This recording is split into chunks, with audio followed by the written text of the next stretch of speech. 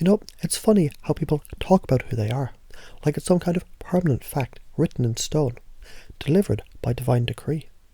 I'm this kind of person, they say, as if they got a little identity business card they hand out to the universe. Hi, I'm John, I'm bad at math, terrible at relationships, and afraid of change, here's my card. Or really, you've always been that way, since birth? You're lying in your crib thinking, I'll just be bad at relationships forever. Of course not. That's the story you started telling yourself, and now you're wearing it like a badge of honour. Congratulations, you're the CEO of your own self-imposed limitations. Here's the real secret. Who you are, it isn't permanent, it's a costume. You've been wearing different ones your whole life without even realising it. One day, you're the brave adventurer. The next, you're the victim in a tragic drama. Then maybe you're the wise mentor, or the clueless sidekick, or the rebel who's secretly afraid of success. And the funniest part, you take every costume seriously while you're wearing it. You forget it's all just a role. Once you see it for what it is, you can try on something new anytime you like. Most people, they think their identity is like gravity, unbreakable, unavoidable, a fact of life. But it's really more like a pair of ridiculous shoes that you brought into high school. Maybe they fit back then. Maybe they even look cool for a minute. But now they're uncomfortable, ugly, way too small. Yet here you are, still cramming your feet into them, because that's just who I am. You want to know the single most important belief you can install? Here it is. I can be whoever I decide to be, whenever I want. Think about that. Whoever, whenever. There's no rule book, no judge, no cosmic identity police. Just you deciding.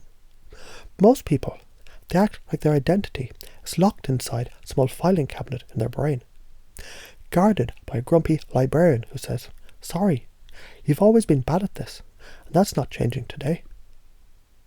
Want to know the hack? Fire the librarian. Burn the filing cabinet. Someone told you once you were bad at math, and you believed it. Not because it was true, but because it was convenient at the time. It gave you an excuse, a way out. And then you became the person who's bad at math, because you kept practicing that identity. Here's the twist. Every identity is just something you practiced long enough to believe it. Want to change it? Practice something else. Einstein wasn't great at math at first either. He wasn't born with equations pouring out of his brain. He worked at it. He failed a lot. And now we all remember him for one equation. One. Not the thousands of other equations he probably screwed up. Here's another sneaky identity trap. I'm smart versus I'm effective. Smart people, they love to be smart. They collect facts. They win arguments. But they're not always effective. They don't always get things done. They don't always live the life they want. Mensa geniuses, fantastic at trivia, not so great at living their best life. And if you ask me, effective beats smart every time. Because smart people, they think too much. They get stuck in their heads. Effective people, they just do the thing. I've heard someone say, I can't help it. That's just who I am. It's a great excuse, isn't it? Super convenient. Wrap yourself in that warm blanket of helplessness and voila. You never have to change. But here's the truth. You've never been stuck being anyone. Not for a second. You've just liked the story. You got comfortable at it. You thought it made sense. But now, maybe you're starting to notice that story getting old. Maybe it's a little too tight. Maybe it's time to try on a new one. Here's a fun game. Next time you catch yourself saying, that's just who I am, try adding for now at the end. I'm bad at relationships for now. I'm terrible at public speaking for now.